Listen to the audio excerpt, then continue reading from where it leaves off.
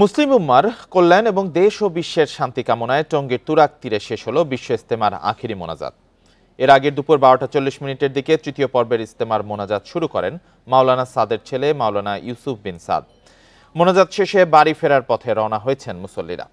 সড়কে রয়েছে মুসল্লিদের ভিড়, তবে গণপরিবহন চলাচল স্বাভাবিক থাকায় নেই ভোগান্তি। একই অবস্থা টঙ্গী রেল স্টেশনেও। এর আগে মোনাজাতে অংশ নিতে ভোর থেকেই ঢাকা সহ আশেপাশের এলাকা থেকে জড়ো হন মুসল্লিরা। অংশ নেন নারীরাও। ইজতেমার নিরাপত্তায় প্রথম দুই পর্বের মতোই দেখা যায় আইনশৃঙ্খলা বাহিনীর সদস্যদের। ছিল সিসি ক্যামেরায় নজরদারিও। শুক্রবার ভোরে আমবয়ানের মধ্য দিয়ে শুরু হয় মাওলানা সাদপন্থীদের বিশ্ব ইজতেমা। এর আগে গত 31 জানুয়ারি প্রথম ও 3রা ফেব্রুয়ারি দ্বিতীয়, এই দুই ধাপে হয় জুবায়েরপন্থীদের ইজতেমা।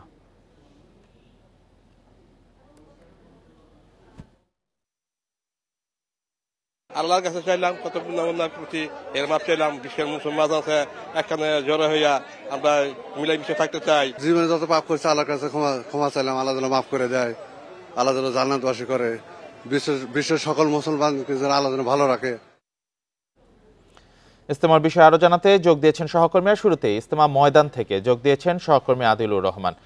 আদিলুর রহমান, প্রায় আধা ঘন্টার মতো আখেরি মোনাজাত পরিচালনা করা হয়। মূল বিষয়বস্তু কি ছিল, পাশাপাশি এখন ময়দানের কি পরিস্থিতি সেটিও একটু জানাবেন।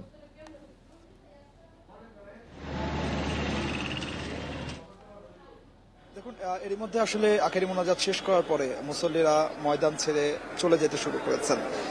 এই যে মুসল্লিরা যাচ্ছেন, এই মুসল্লিদের মধ্যে কেউ আসলে ঘরে ফিরবেন, কেউ গতকালকেই সিদ্ধান্ত নিয়েছেন যে 40 দিনের জন্য অথবা 4 মাসের জন্য তারা এখান থেকেই এই ইজতেমা ময়দান থেকে যে শিক্ষাগুলো নিলেন সেই শিক্ষাগুলো নিয়ে তারা ইসলাম প্রচারে বের হবেন, দ্বীনের প্রচারে বের হবেন এবং যে মেহনতের বা হেদায়েত তারা এখান থেকে নিলেন, মেহনতের শিক্ষা নিলেন, সেগুলো তারা কাজে লাগাবেন। আজকে 12:37 এবারকার বিশ্ব ইজতেমার 58তম পর্বের যে শেষ যে আখেরি মোনাজাত, সেই আখেরি মোনাজাতটি অনুষ্ঠিত হয়েছে। প্রায় 30 মিনিট ধরে এই মোনাজাত চলে এবং মোনাজাত পরিচালনা করেন মাওলানা সাদের বড় ছেলে মাওলানা ইউসুফ বিন সাদ। মূলত এই মোনাজাতে এই মুসলিম উম্মার শান্তি কামনা করে দোয়া করা হয়। এখানকার ইজতেমায় যারা এসেছেন তারা যে দোয়া করেছেন, যে ইবাদত বন্দিগিতে মশগুল ছিলেন, সেগুলো যেন আল্লাহ তাআলা কবুল করেন, সেই আল্লাহর কাছে সেটি চেয়ে দোয়া করা হয়েছে। নিজেদের জন্য দোয়া করা হয়েছে, পরিবারের সদস্যদের জন্য দোয়া করা হয়েছে এবং পরিবারের যেসব সদস্যরা মারা গেছেন তাদের জন্য দোয়া করা হয়েছে। এবং একই সাথে এই বিশ্বে এখন মুসলিমদের মধ্যে যে বিভক্তিগুলো আছে সেই বিভক্তি যেন না থাকে, বিশেষ করে তবলিগ জামাতের মধ্যে যে বিভক্তি আছে, ইজতেমার মধ্যে যে বিভক্তি আছে, সেই বিভক্তিগুলো যেন খুব দ্রুত নিরসন হয়। মুসল্লিরা যেন এক হয়ে বিশ্ব ইজতেমায় আসতে পারেন, দ্বীনের শিক্ষা নিতে পারেন, দেশ বিদেশের আলেমদের কাছ থেকে বয়ান শুনতে পারেন, সে বিষয়েও এখানে দোয়া করা হয়েছে। আমরা যেটি আসলে লক্ষ্য করতে পেরেছি যে এই আখেরি মোনাজাত শুরু হওয়ার আগেই কিন্তু এই পুরো টঙ্গীর বিশ্ব ইজতেমা ময়দান সেটি পরিপূর্ণ ছিল মুসল্লিতে। অনেক দূর দূরান্ত থেকেও মুসল্লিরা এসেছেন তারা এখানে দোয়া করার জন্য। এবার যেহেতু আসলে 3টি পর্বে এবারকার বিশ্ব ইজতেমা হয়েছে, সেক্ষেত্রে মুসল্লিদের মধ্যেও কিন্তু আমরা দেখেছি যে 3 ভাগে একটা বিভক্তি তৈরি হয়েছে, যে কারণে অন্যান্য বছর আমরা যে পরিমাণ মুসল্লিদের উপস্থিতি দেখি, আশপাশের সড়কগুলো কানায় কানায় পূর্ণ হয়ে যায়, বাড়ির ছাদগুলো কানায় কানায় পূর্ণ হয়ে যায়, সেটি হয়নি। আশপাশের সড়কেও কিছু মানুষ মোনাজাতে দাঁড়িয়েছেন, তবে সেটির সংখ্যা ছিল আসলে খুবই কম। এই কারণে আসলে ইজতেমা ময়দানের লোক সংখ্যা 3 পর্বে হওয়ার কারণে কিছুটা কম হয়েছে। তবে সব মিলিয়ে যেটি আসলে বলা যায় যে সংখ্যা নিয়ে এবারকার ইজতেমা শুরু হয়েছিল, সেই সংখ্যা হয়নি, শান্তিপূর্ণভাবে ইজতেমাটি শেষ হয়েছে। তো আমার কাছে ইজতেমা ময়দান থেকে এটি ছিল এখনকার সবশেষ। আদিল, আপনি সাথেই থাকবেন। এবার আরো জানাতে টঙ্গী থেকে যোগ দিয়েছেন সহকর্মী বনি ইবনে কামাল। বনি, ফিরতি যাত্রায় টঙ্গীর সড়ক পরিস্থিতি কেমন দেখছেন? গণপরিবহন ঠিকঠাক মতো পাচ্ছেন কিনা?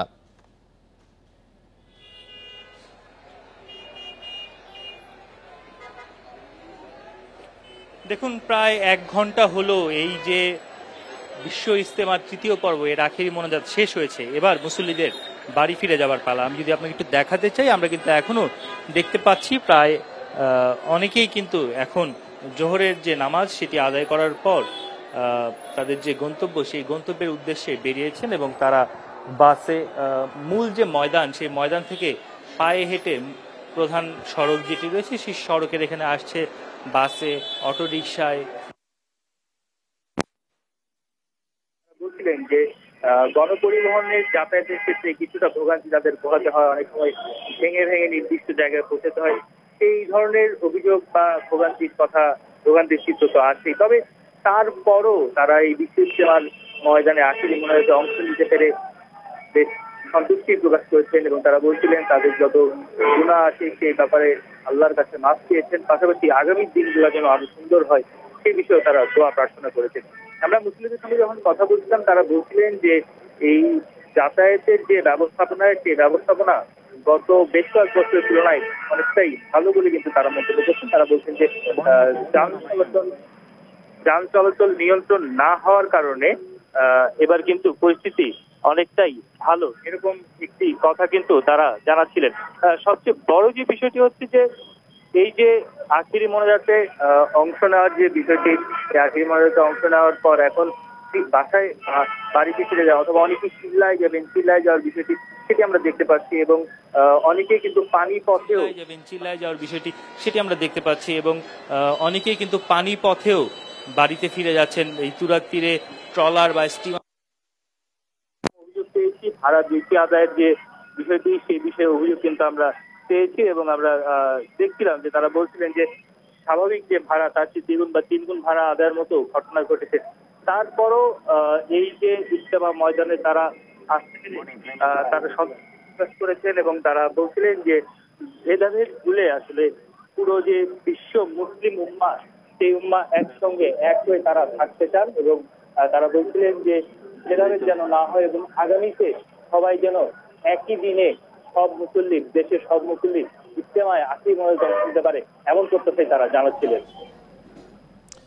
ফিরতি যাত্রার খবর জানাচ্ছিলেন আমাদের সহকর্মীরা। যেমনটি দেখছিলেন ইজতেমা শেষে সড়কে ঘরমুখী মুসল্লিদের ঢল নেমেছে। এবার সড়ক পরিস্থিতি নিয়ে আরো জানাতে আমাদের সাথে যোগ দিয়েছেন সহকর্মীরা, তাদের থেকে আমরা বিস্তারিত জানবো। আর শুরুতেই বিমানবন্দর স্টেশন থেকে যোগ দিয়েছেন সহকর্মী আনোয়ার সাদাত নূর। আনোয়ার সাদাত নূর, বিমানবন্দর স্টেশনের ট্রাফিক ব্যবস্থাপনা কেমন দেখছেন? গণপরিবহনে কোনো সংকট আছে কিনা? ঠিকঠাক মতো মুসল্লিরা পাচ্ছেন কিনা যানবাহন?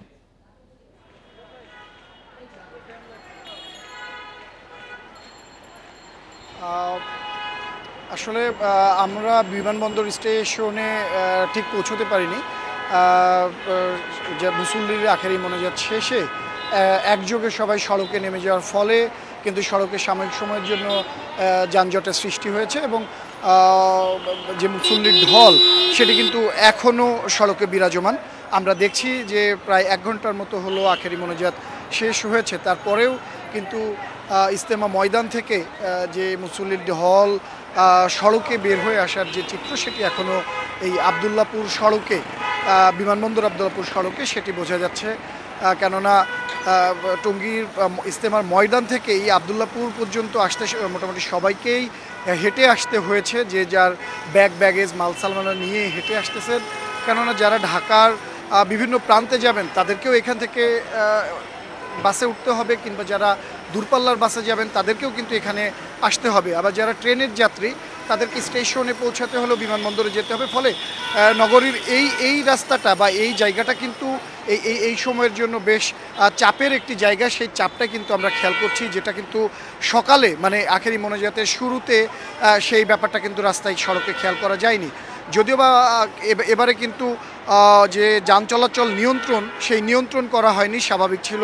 ফলে আখেরি মোনাজাতে অংশ নিতে আসা মুসল্লিরা যে যার স্বাভাবিক গতিতে স্বাভাবিকভাবেই ভোগান্তি ছাড়াই যোগদান করতে পেরেছিলেন, অংশ নিতে পেরেছিলেন আখেরি মোনাজাতে। কিন্তু আখেরি মোনাজাত শেষে সকল মুসল্লি একসাথে বের হওয়াতে কিন্তু এই আবদুল্লাপুরে একটা জনসমাগমের সৃষ্টি হয়েছে। সেই তুলনায় কিন্তু পরিবহন সংকট বলে অভিযোগ জানাচ্ছেন মুসল্লিরা, যাত্রীরা গন্তব্যে যারা যেখানে যাবেন তারা কিন্তু বারবারই বলছেন যে পরিবহন সংকট, যে পরিমাণ মুসল্লি বা সংখ্যা সে পরিমাণ গাড়ি তারা পাচ্ছেন না। একটি গাড়ি এসে দাঁড়ালে সবাই হুমড়ি খেয়ে পড়ছেন, প্রতিযোগিতা করে যে বাসে উঠতে পারছেন, বাকিরা আবারও পুনরায় বাসের জন্য অপেক্ষা করছেন। কেউ বলছেন যে যাত্রাবাড়ি যাবেন, 4টি বাস তিনি মিস করেছেন, তিনি উঠতে পারেননি।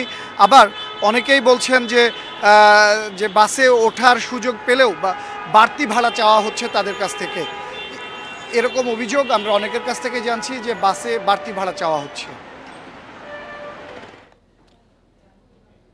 আনোয়ার সাদাত, অর্থাৎ যানজটের সমস্যা না থাকলেও কিছুটা পরিবহন সংকট রয়েছে, সেটি আপনি জানাতে চাচ্ছেন। আপনি সাথেই থাকবেন। আরো জানাতে টঙ্গী থেকে যোগ দিয়েছেন সহকর্মী আবুল হাসান।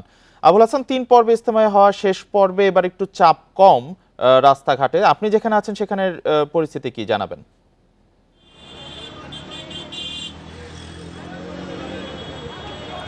দেখুন, আমি যে সড়কটিতে আছি কামারপাড়া সড়ক, সেই সড়ক দিয়ে কিন্তু এখন মুসলিমদের চাপ ক্রমেই বেড়েছে এবং এর কারণ হচ্ছে যে কিছুক্ষণ আগে আখেরি মোনাজাত শেষ হলো এবং আখেরি মোনাজাতের পরপরই কিন্তু যারা ভিতরে মুসলিমরা ছিলেন তারা বের হয়ে আসছেন দলে দলে এবং এই কারণে কিছুটা চাপ রয়েছে এই সড়কে। একই অবস্থা কিন্তু ঢাকা ময়মনসিংহ মহাসড়কে রয়েছে, সেখানে গাড়ির চাপ বেড়ে গেছে এবং মুসলিমদের চাপ রয়েছে। সেই কারণে কিছুটা যে সড়কটি রয়েছে সেখানে যানবাহনের ধীরগতি রয়েছে। আরেকটি বিষয় আপনাকে বলে রাখি যে এই যে দুটি সড়ক, এই সড়ক দুটিতে পুলিশ আগে ঘোষণা দিয়েছিল যে কোনোভাবেই হকার বা ফুটপাতের দোকান বসতে দিবে না, কিন্তু আমরা যেটি দেখেছি যে আখেরি মোনাজাতের আগে এই দুটি সড়কে কিন্তু এখানে ফুটপাত দখল ছিল এবং অনেক ভাসমান দোকানপাট বসেছিল, ফলে মুসল্লিদের যে যাতায়াতের যে সুবিধা থাকার কথা সেটি কিন্তু কিছুটা বিঘ্নিত হয়েছে এবং মুসল্লিরা এখন যেভাবে যাচ্ছেন সেভাবে আসলে কাঙ্ক্ষিতভাবে যেতে পারছেন না। অনেক জায়গায় যে জটলা হচ্ছে এবং তাদের ভোগান্তি বেড়েছে বলে তারা জানিয়েছেন। একই অবস্থা আমরা ভাড়ার ক্ষেত্রেও দেখেছি যে মুসল্লিদের কাছ থেকে যে অটো রিক্সা বা যে ব্যাটারি চালিত রিক্সাগুলো রয়েছে সেগুলো থেকে অতিরিক্ত ভাড়া নেওয়া হচ্ছে, এরকম অভিযোগ আমরা মুসল্লিদের কাছ থেকে পেয়েছি। তবে এখন মুসল্লিরা শেষ মুহূর্তে এসে যেভাবে পারছেন তারা কিন্তু বাড়ি ফিরতে চাচ্ছেন। আপনাকে বলে রাখি যে এই আখেরি মোনাজাতে অংশ নিতে টঙ্গীর আশেপাশের এলাকা এবং সাভার আশুলিয়া সহ বেশ কিছু এলাকার মানুষ কিন্তু এসেছিলেন এবং এর মধ্যে অনেক নারীও ছিল।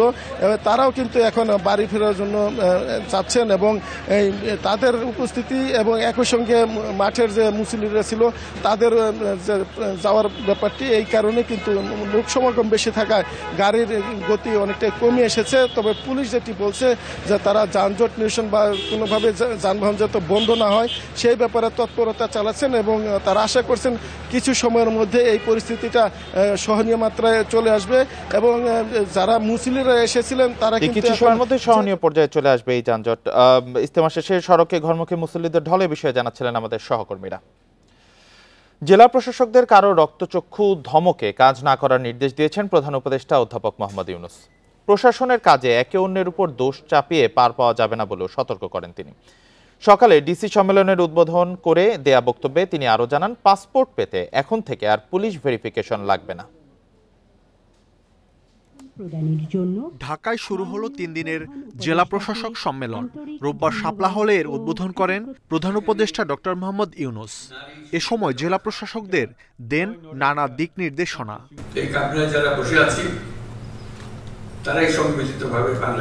এ সময় প্রশাসনের কাজে যেন কোনো শৃঙ্খলা ভঙ্গ না হয় সেদিকে নজর রাখার পরামর্শ দেন অধ্যাপক ইউনূস।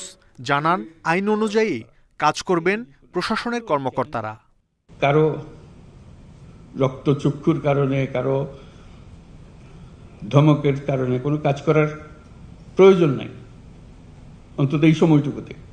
আমি নিজের মতো করে যেটা আইন, যেটা করার দরকার, দেশের জন্য যেটা করার দরকার সেটা আমি করব। শৃঙ্খলা ভঙ্গ হলে কি করতে হবে, উপর থেকে নিচে পর্যন্ত চেইন অফ কমান্ড কিভাবে যাবে, এই নয় যে এটা আমার কাজ ছিল না, কাজে আমি আর মনোযোগ দিই নাই, এটা তো বললে হবে না।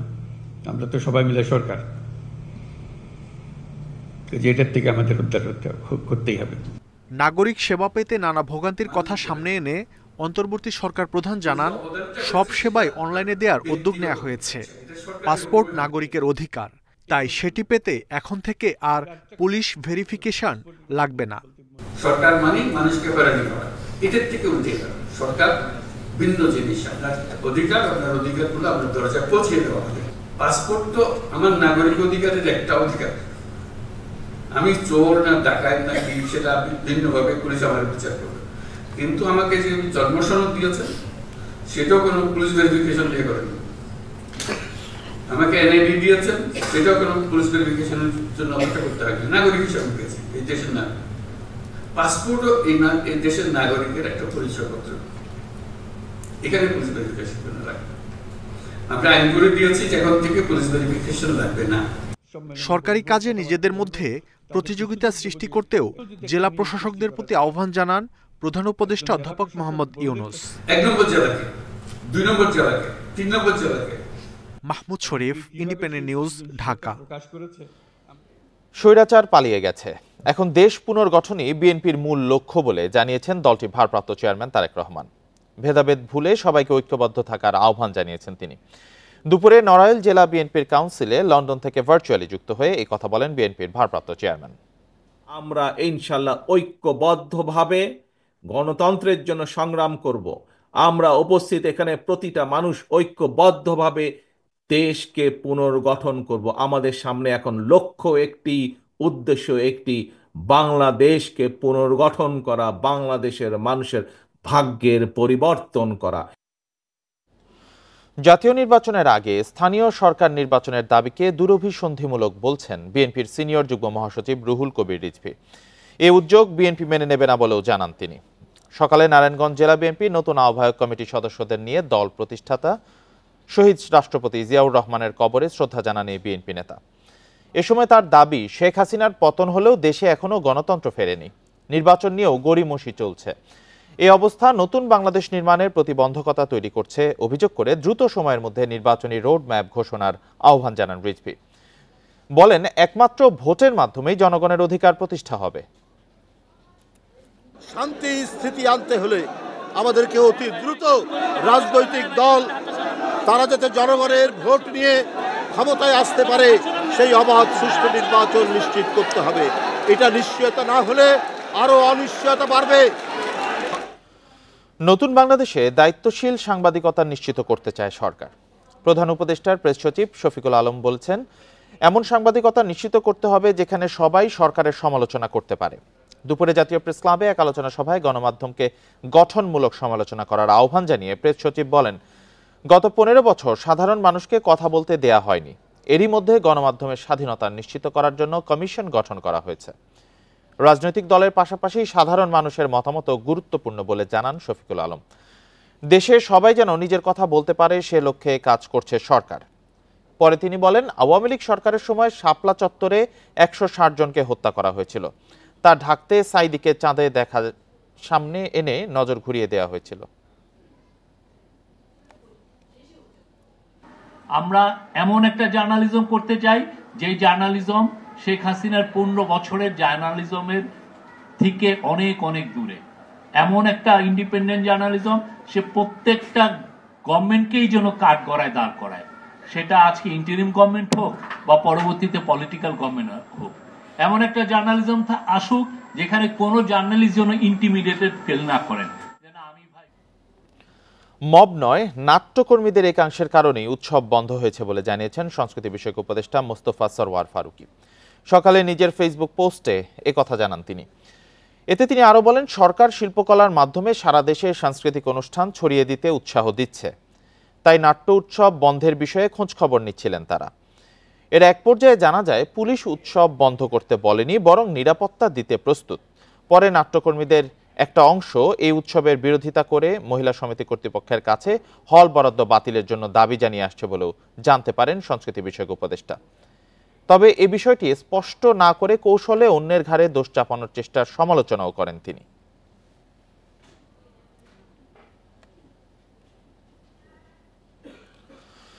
সিএনজি অটোরিকশা মিটারে না চললে জরিমানা ও মামলা সম্পর্কিত নির্দেশনা বাতিল করেছে ডিএমপি।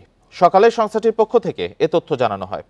তবে এরপরও মিটারই তুলে দেওয়ার দাবিতে আন্দোলনে অনড় চালকেরা। এর আগে সকালে রামপুরা, গাবতলী, মিরপুর সহ ঢাকার বিভিন্ন গুরুত্বপূর্ণ সড়ক অবরোধ করে বিক্ষোভ করেন অটোরিকশার চালকরা। এতে ওইসব এলাকায় দেখা দেয় তীব্র যানজট। পরে সকাল 10টার দিকে ডিএমপি নির্দেশনা জানার পর অবরোধ প্রত্যাহার করা হয়। সম্প্রতি সিএনজি অটোরিকশা মিটার অনুযায়ী ভাড়া না নিলে 50,000 টাকা জরিমানা সংক্রান্ত চিঠি পাঠায় বিআরটিএ। চিঠিতে সিএনজি অটোরিকশা মিটারের চেয়ে বেশি ভাড়া নিলে মামলা করারও অনুরোধ জানানো হয়। তবে চিঠি পাঠানোর পরও গত কয়েকদিনে সড়কে পুলিশের কোনো কার্যক্রম দেখা যায়নি।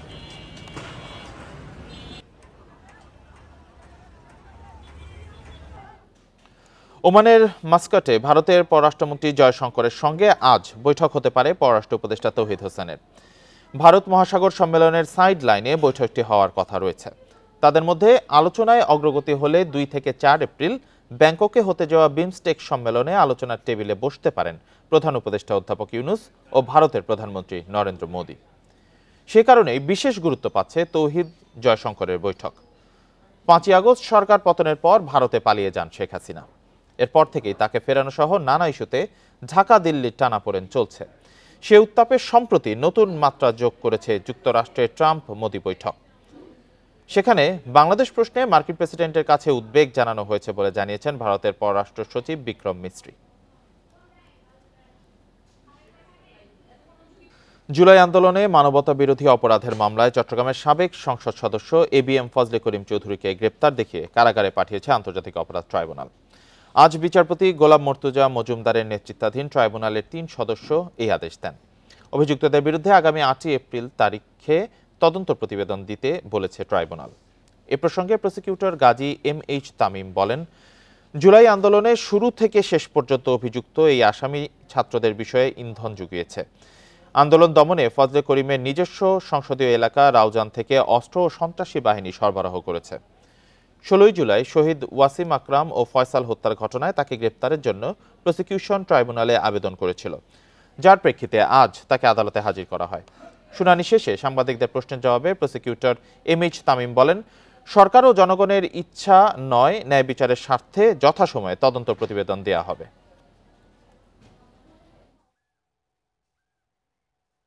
নিয়োগের দাবিতে শাহবাগে আজও অবস্থান নিয়েছেন প্রাথমিকের সুপারিশপ্রাপ্ত সহকারী শিক্ষকরা। এ নিয়ে আরো জানাতে শাহবাগ থেকে যোগ দিয়েছেন সহকর্মী খালেদ রায়হান। রায়হান, শিক্ষকদের অবস্থান আজকেও তারা অবস্থান নিয়েছেন, সর্বশেষ পরিস্থিতি জানাবেন, তারা কতক্ষণ এই কর্মসূচি চালাবেন? দেখুন, টানা 11তম দিনের মতো তাদের আজকের এই যে অবস্থান সেটি রয়েছে। আজকে তারা এই অবস্থানটিকে কিন্তু সমাবেশ হিসেবে ঘোষণা করেছেন মূলত দুটি কারণে। সেটি হচ্ছে তারা যেটি বলছেন যে তাদের এই নিয়োগে যে আচরণটি করা হয়েছে সরকারের পক্ষ থেকে সেটিকে তারা বৈষম্য দাবি করছেন। তারা যেটি বলছেন তাদের সঙ্গে এই আচরণটি অনেকটা বৈষম্যমূলক আচরণ।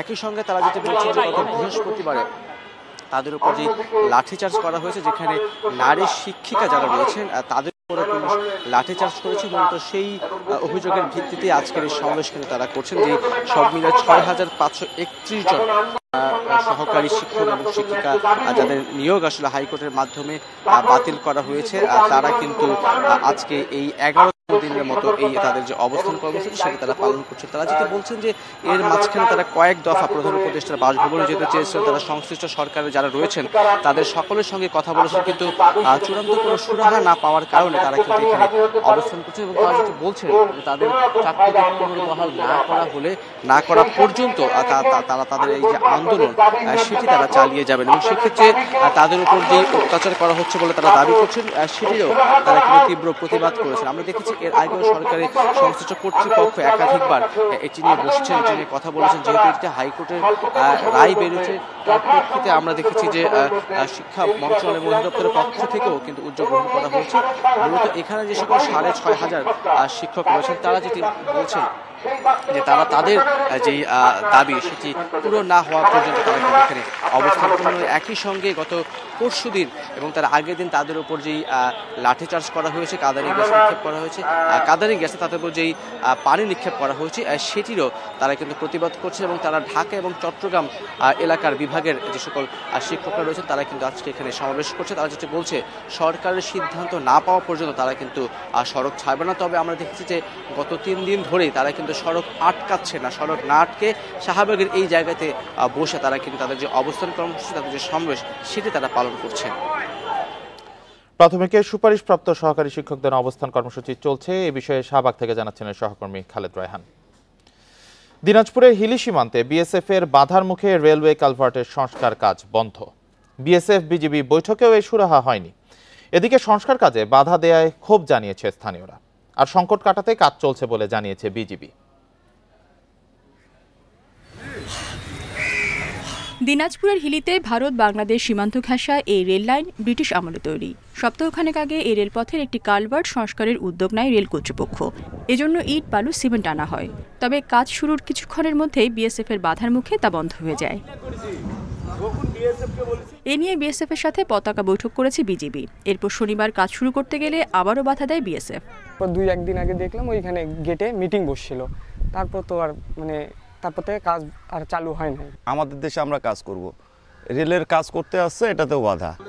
এরই মধ্যে বিষয়টি ঊর্ধ্বতন কর্তৃপক্ষকে জানিয়েছে বিজিবি। ওরা কাজ করতে গেছিল প্রথম দিকে বোধহয় বিএসএফ এর তরফ থেকে তারা একটু জানতে চেয়েছিল, বিষয়টা আমরা জানিয়েছি। আর রেল কর্তৃপক্ষ তাদের কাজ করবে, সমস্যা হওয়ার কোনো কথা তো নেই। এদিকে ভারত তাদের সীমান্তে কাঁটাতারের বেড়া দিলেও কালভার্ট নির্মাণে বাধা দেয় ক্ষুব্ধ এলাকাবাসী। পতাকা বৈঠকের মাধ্যমে সমাধান হওয়ার কথা ছিল, একবার দুইবার এরকম চলছে, তারপরে সমাধান আসছে না। এই রেল লাইন দিয়ে দিনে অন্তত 24টি ট্রেন যাতায়াত করে। Independent news. বাজারে ভোজ্য তেল সরবরাহ কমানোর প্রমাণ পেয়েছে ভোক্তা অধিকার সংরক্ষণ অধিদপ্তর। এছাড়া মিল মালিকরা তেলের সঙ্গে অন্য পণ্য কিনতে বাধ্য করছেন দোকানিদের। এ ধরনের ঘটনার পুনরাবৃত্তি ঘটলে কঠোর আইনানুগ ব্যবস্থা নেওয়ার হুঁশিয়ারি দিয়েছেন ভোক্তা অধিদপ্তরের মহাপরিচালক। রোববার রাজধানীর কারওয়ান বাজারে অধিদপ্তরের প্রধান কার্যালয়ে ভোজ্য তেলের পাইকারি, খুচরা ব্যবসায়ী ও রিফাইনারি মালিকদের সঙ্গে মত বিনিময়ে এসব কথা বলা হয়।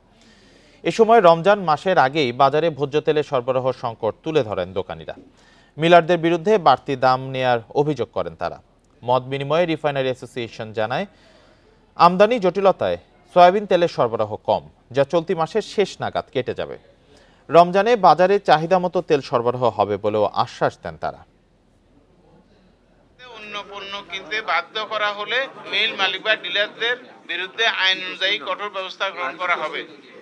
ঠিক আছে, তেলের মূল্য সংক্রান্ত রিপোর্ট মিল মালিকদের সঠিকভাবে প্রদান করতে হবে। ভোজ্য তেলের প্রোডাকশন এবং সাপ্লাই কৃত্রিমভাবে বন্ধ করা হলে সে ব্যাপারে কঠোর ব্যবস্থা নেওয়া হবে। সবাই আমরা একমত হলাম তো। স্থানীয় চাহিদা মিটিয়ে রাজধানী সহ সারা দেশেই বাজারজাত করা হয় নাটোরের গুড়। রোজা এগিয়ে এলে চাহিদা বেড়ে যায় আরও। একই সঙ্গে বাড়ছে ভেজাল গুড় তৈরির প্রবণতাও।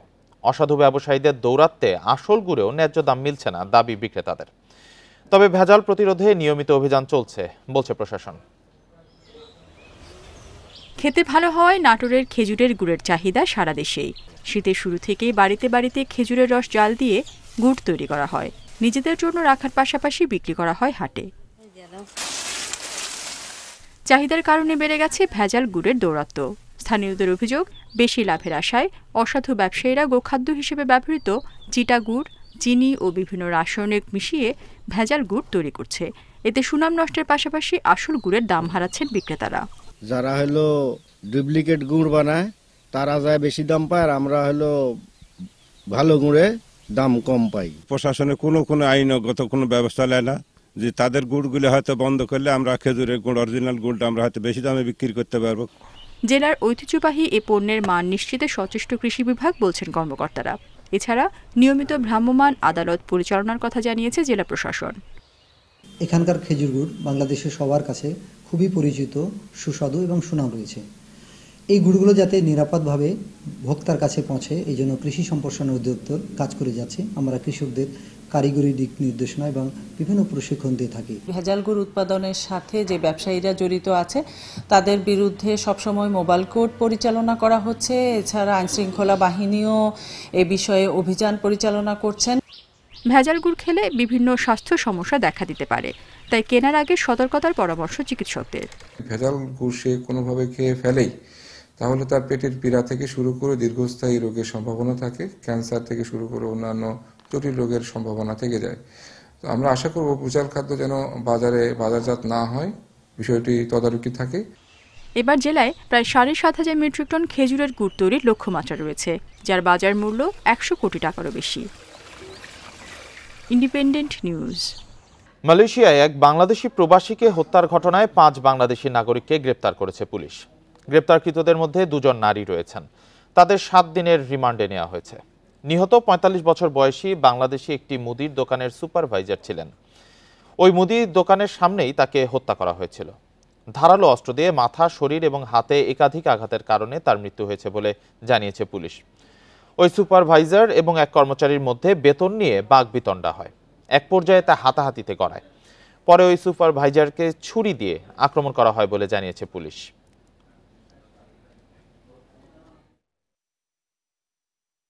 আর এই ছিল বিরতিহীন সংবাদ দুপুরে। ইন্ডিপেন্ডেন্ট টেলিভিশনের সব খবর আরো বিস্তারিত জানতে চোখ রাখুন ফেসবুক, ইউটিউব, এক্সে। এতক্ষণ যারা সাথে ছিলেন ধন্যবাদ সবাইকে। আমন্ত্রণ আমাদের পরের আয়োজনে।